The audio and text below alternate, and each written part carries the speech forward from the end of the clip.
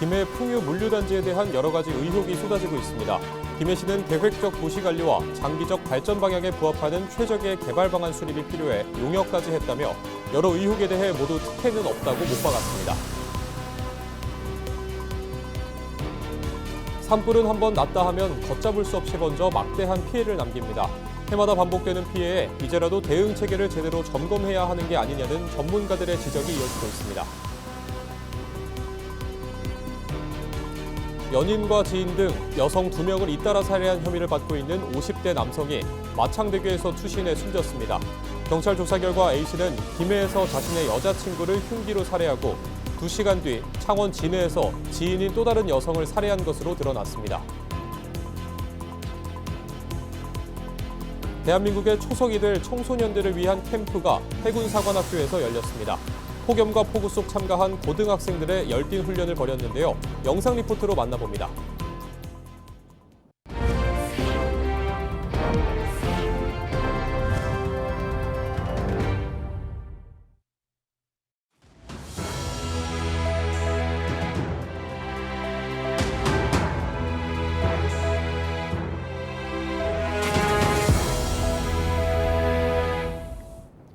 시청자 여러분 안녕하십니까? 헬로티비 뉴스입니다. 김해 풍유 물류단지에 대한 여러 가지 의혹이 쏟아지고 있습니다. 지난 4일 김정호 국회의원은 이 사업과 관련해 홍태용 김해시장에게 공식 질의하기도 했는데요. 홍 시장이 다음 날 바로 답했습니다. 관련 내용 취재기자와 함께 짚어봅니다. 김수정 기자, 먼저 여러 의혹에 대해 홍 시장은 어떻게 답했나요?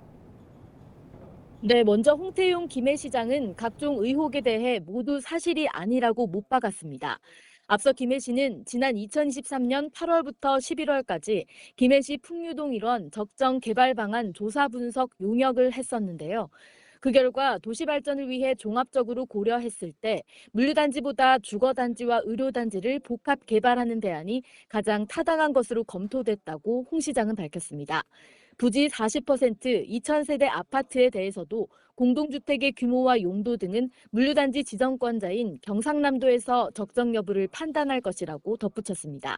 도와 또 도정책 물류정책심의위원회에 있기 때문에 도시미관이라든지 여러 가지 개발 축을 용역 결과뿐만 아니고 저희가 고민했던 부분도 대로를 중심으로 해서 우측편으로는 산업단지 위주로 개발을 하고 좌측편으로는 도시개발사업 위주로 이게 연결성을 가지고 개발이 되는 게.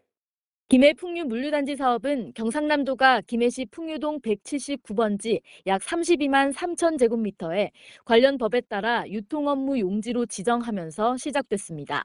이후 20여 년간 지지부진하다 지난해 9월 김해시가 사업자 측과 기존 물류단지 외에 공동주택을 조성하는 내용의 상생 업무 협약을 맺고 본격적인 추진에 들어갔습니다. 또 같은 달 공공의료원 부지를 담은 공공기여 협약도 체결됐습니다. 이 과정에서 미분양이 많음에도 아파트 개발 사업으로 변경한다. 김해 시장은 인허가 권한이 없음에도 물류시설법이 있지만 아파트를 짓는 이면 협약을 체결했다는 등의 의혹이 나오고 있습니다. 네, 김해시의 미분양 사태에 대한 언급도 있었습니다. 김해 시민들의 우려가 있다는데 숫자로만 봤을 때는 풍유동의 아파트 단지가 들어선다면 오히려 미분양이 더 극심해지는 거 아닌가요? 네, 지난해 9월 물류단지와 공동주택을 조성하는 내용의 상생협약서를 쓸 당시만 해도 김해시는 경남도 내에서 가장 많은 미분양 아파트를 보유하고 있었습니다. 국토교통부의 2025년 6월 주택통계 시군별 미분양 물량 자료를 봐도 창원시 1270호 다음으로 김해시가 1195호로 많았는데요. 옹 시장은 분양가가 높은 특정 한 아파트의 미분양 세대수가 다수를 차지하는 것이라며 풍유동 일대에 아파트가 들어서더라도 미분양에 큰 영향은 없을 것이라고 내다봤습니다. 특히 김해는 사천과 양산처럼 인구가 유입되는 곳이기 때문에 도시개발 사업으로 미분양이 문제되진 않는다고 강조했습니다. 네, 그런데 이렇게 여러 의혹이 계속 제기된다면 풍유 물류단지도 김해 공공의료원 설립도 차질을 빚게 되는 것 아닌가요? 김해시의 인구는 약 53만 명이지만 50만 명 이상 비수도권 대도시 가운데 유일하게 공공의료기관이 없습니다. 그래서 김해 공공의료원 설립은 지역 수건 중 하나인데요. 지난해 김해 시와 사업 시행자는 상생 업무 협약뿐 아니라 물류단지 일부를 공공의료원터로 활용할 공공기업 협약을 맺었다고 전해드렸습니다. 이 단지 내에 300병상 규모의 공공의료원 부지 약 2만 제곱미터가 확보된 겁니다. 김해의 공공의료원 필요성에 대해서는 김해시뿐 아니라 경상남도에서도 인정하고 있습니다. 홍 시장은 이 자리에서 물류단지 사업이 되든 이 복합개발 사업이 되든 공공의료원을 위한 부지는 이미 기부 체납하는 것으로 협약되어 있다고 밝혔습니다. 네, 알겠습니다. 지금까지 김해 풍유 물류단지와 조성사업과 관련해 김수정 기자와 짚어봤습니다. 대한민국의 초석이 될 청소년들을 위한 캠프가 해군 사관학교에서 열렸습니다. 폭염과 폭우 속 참가한 고등학생들은 열띤 훈련을 벌였는데요. 그 현장을 영상 리포트로 담아봤습니다.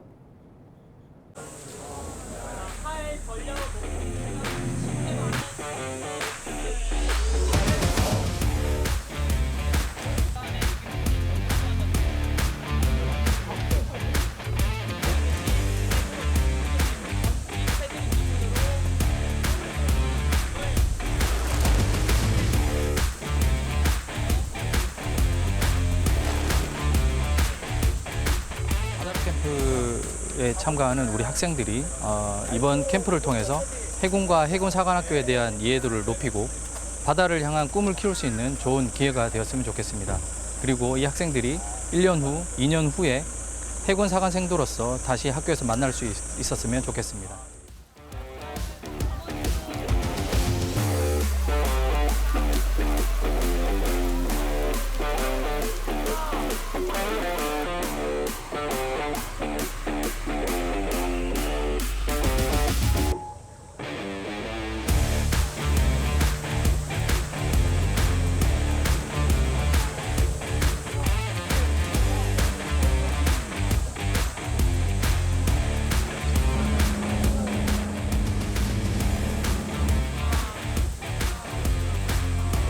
친구들이랑 다 같이 좋은 경험할 수 있어서 너무 좋습니다. 쉽지 않았는데 친구들과 열심히 같이 한 덕분에 뭔가 뜻깊고 되게 보람찬 것 같습니다.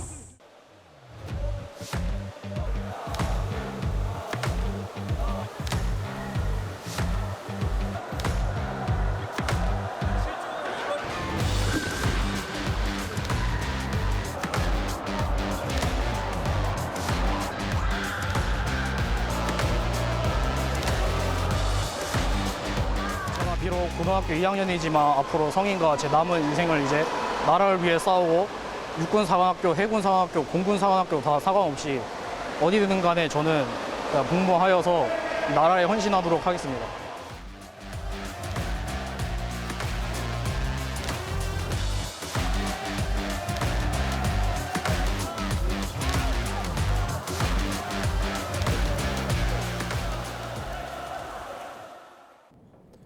연인과 지인 등 여성 2명을 잇따라 살해한 혐의를 받은 50대 남성 A씨가 마창대교에서 투신해 숨졌습니다.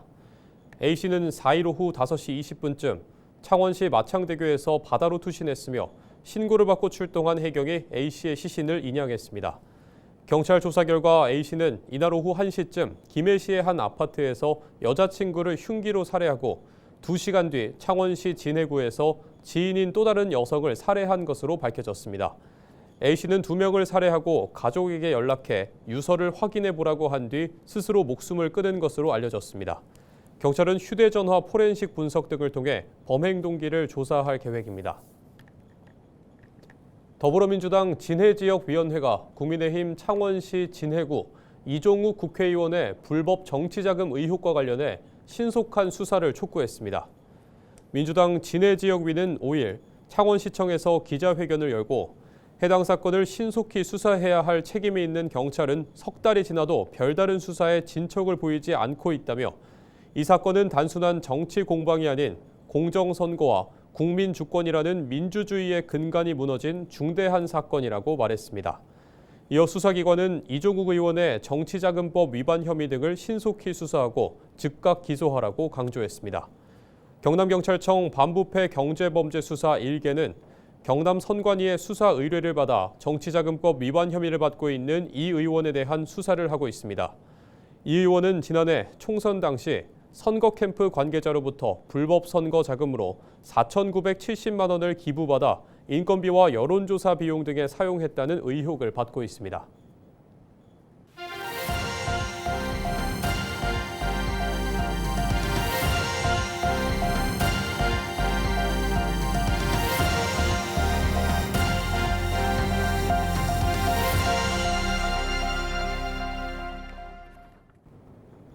산불은 한번 났다 하면 걷잡을 수 없이 번져 막대한 피해를 남깁니다. 해마다 반복되는 피해에 이제라도 대응 체계를 제대로 점검해야 하는 게 아니냐는 전문가들의 지적이 이어지고 있습니다. 이세진 기자의 보도입니다. 올봄 영남권 산불로 산림 10만 헥타르가 탔습니다. 여의도 면적의 340배가 넘는 규모입니다. 열흘 만에 183명이 다치거나 숨졌고 재산 피해는 1조가 넘었습니다. 대규모 인력과 장비를 투입했지만 피해는 막지 못했습니다. 문제는 이런 대형 산불이 해마다 반복되고 있다는 겁니다. 전문가들 사이에서는 지금의 대응 체계로는 한계가 있다는 목소리가 나옵니다. 국회에서 열린 토론회에서는 지휘체계 일원화가 우선 과제로 꼽혔습니다. 각 조직이 독립적으로 지휘권을 행사하기 때문에 현장이 혼란스러울 수밖에 없다. 그러다 보니까 정보 공유도 동시에 되지 않고 자원 배분도 효율적으로 되지 않고 또 책임이 불명확하고요.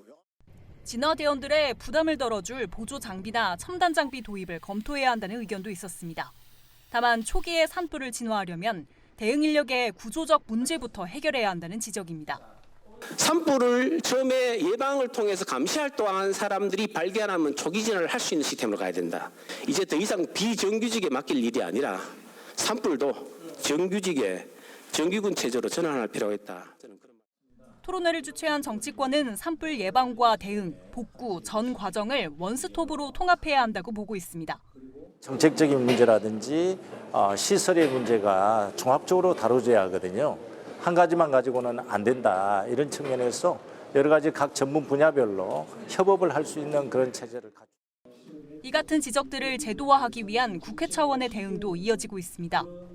지금까지 대응 체계로는 제대로 대응하기 어렵다. 관련된 법도 제정하고 있고요. 각계 의견을 잘 수렴해서 그런 제도 개선까지. 역대 최악의 피해를 기록한 영남권 산불. 산불 대응 체계 전반을 손봐야 한다는 숙제도 함께 남겼습니다. 힐로티비 뉴스 이세진입니다. 여름철 야외 활동이 늘면서 벌쏘임 사고 위험도 증가함에 따라 각별한 주의가 필요합니다. 경남 소방본부는 최근 4년간 도내 벌쏘임 사고가 연평균 631건이 발생했고 특히 7월부터 9월까지 석 달 동안에 벌쏘임 사고가 집중됐다고 밝혔습니다. 또 벌에 쏘이게 되면 심한 경우 전신 알레르기 등 치명적인 반응으로 이어질 수 있는 만큼 평소 벌쏘임을 예방하기 위한 안전수칙을 반드시 숙지하고 벌에 쏘였을 때는 즉시 119에 신고해 줄 것을 당부했습니다. 이와 함께 벌쏘임 사고를 사전에 예방하는 효과가 높은 벌집 사전제거 신고제를 적극 활용해달라고 강조했습니다. 부산시가 2등급 공동주택 주거지원 협약 체결 뒤 4개월 만에 30세대 중 15세대의 이주를 완료하거나 임대주택 신청을 마쳤다고 밝혔습니다. 2등급인 중구 청풍장, 소화장 아파트는 21세대 중 10세대, 영도구 영선아파트와 고신주택은 5세대 중 1세대, D등급인 서구 길산빌라는 4세대 전체가 이주를 결정했습니다. 임대주택은 소유 여부 관계없이 무조건 입주가 가능하고 이사비와 보증금 융자도 지원됩니다. 부산시는 남은 15세대에 대해서도 맞춤형 지원과 이주 독려를 계속할 예정입니다. 경쟁력을 갖춘 강소기업들이 중견기업으로 성장하는 과정에서 오히려 부담을 느끼는 것으로 나타났습니다. 부산 상공회의소가 중견기업 매출액 기준 70% 이상을 달성한 중견기업 후보 116개 업체를 대상으로 조사한 결과 63.9%가 중견기업 진입에 대한 부담을 호소했습니다. 부담 요인으로는 세제 혜택 축소가 57%로 가장 높은 비중을 차지했고 공공조달시장 참여 제한과 규제 부담 증가 등도 주요 원인으로 꼽혔습니다. 부산 상의는 중견기업 성장까지 20년 이상이 걸리는 만큼 장기적 관점에서 실질적인 맞춤형 지원이 필요하다고 말했습니다. 이상으로 뉴스를 마칩니다. 시청해주신 여러분 고맙습니다.